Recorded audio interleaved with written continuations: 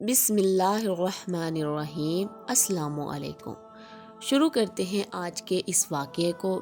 بیان کیا جاتا ہے کہ خلیفہ ہارون رشید نے ایک نصرانی کو 500 درہم کے مقابلے میں قید کا حکم دیا اور ایک سوار کو اس کے ہمراہ بھیجا۔ سوار نے دیکھا راستے میں ایک شخص گھاس کا بوجھ اٹھائے جا رہا ہے اور اس کا بوجھ ایک طرف کو جھکا ہوا ہے۔ یہ دیکھ کر سوار نے اس کو سیدھا کر دیا۔ پھر وہ بوجھ دوسری جانب کو جھک گیا، جس کو دیکھ کر سوار نے پڑھا لا حول ولا قوت الا باللہ۔ نصرانی نے اس کی زبان سے یہ کلمہ سن کر اس کلمے کی بڑی عظمت کی۔ یہ دیکھ کر سوار نے اس نصرانی سے کہا کہ جب تم اس کلمے کی اس قدر عظمت کرتے ہو اور اس کو اتنا بابرکت سمجھتے ہو تو اللہ تعالیٰ پر ایمان کیوں نہیں لاتے، جس کے نام کی عظمت سے اس کلمے کو یہ برکت حاصل ہوئی ہے۔ اس پر نصرانی نے جواب دیا کہ میں نے اس کلمے کو آسمان کے فرشتوں سے سیکھا ہے۔ یہ سن کر سوار کو بہت تعجب ہوا۔ سوار نے خلیفہ کی خدمت میں حاضر ہو کر تمام واقعات بیان کیا تو خلیفہ نے نصرانی کو بلوا کر دریافت کیا، آخر تو نے یہ کلمہ فرشتوں سے کس طرح سیکھا ہے؟ تو اس نے بتایا، واقعہ یہ ہے کہ میرا ایک چچا بہت مالدار تھا اور اس کی ایک حسین لڑکی تھی۔ میں نے اس چچا زاد بہن کے لیے اپنے نکاح کا پیغام دیا، جس کو میرے چچا نے منظور نہ کیا اور اس کا نکاح دوسری جگہ کر دیا۔ چنانچہ شب زفاف میں اس کے شوہر کا انتقال ہو گیا۔ میں نے پھر اس سے نکاح کی درخواست کی، مگر اس نے اب بھی میری درخواست منظور نہ کی اور دوسری جگہ اس کا نکاح کر دیا۔ اس کا وہ شوہر بھی اسی طرح شب زفاف میں بیوی کے پاس گیا تو مردہ پایا گیا۔ پھر تیسرے شخص سے اس کا نکاح ہوا، اس کے ساتھ بھی یہی واقعہ پیش آیا۔ اس کے بعد چوتھی مرتبہ میں نے پھر اپنے عقد کا پیغام دیا تو مجبوراً چچا نے اس لڑکی کا عقد مجھ سے کر دیا، کیونکہ متواتر ان حادثات کے بعد کوئی دوسرا اس لڑکی سے عقد کرنے کو تیار نہ تھا۔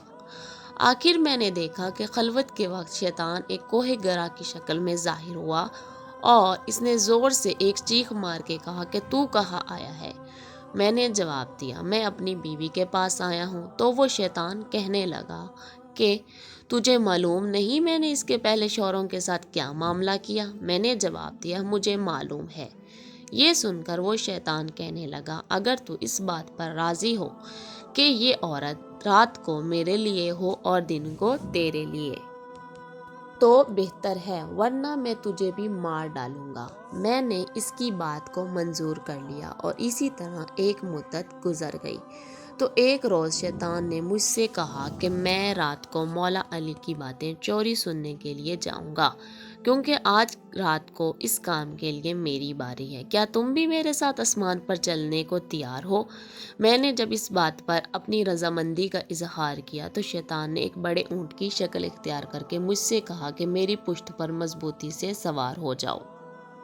چنانچہ جب میں اس پر سوار ہو گیا تو وہ شیطان ہوا میں اڑنے لگا۔ اتنے میں مجھے فرشتوں کی آواز آئی کہ وہ کہہ رہے تھے لا حول ولا قوت الا باللہ، جس کو سن کر شیطان واپس ہوا اور مردہ کی طرح زمین پر گر پڑا اور میں بھی اس کے قریب ہی جا گرا۔ کچھ دیر کے بعد اس کو ہوش آیا تو کہنے لگا، تم اپنی آنکھیں بند کر لو۔ میں نے اپنی آنکھیں بند کر لی۔ اس کے بعد جب میں نے آنکھیں کھولی تو کیا دیکھتا ہوں کہ میں اپنے گھر کے دروازے پر موجود ہوں۔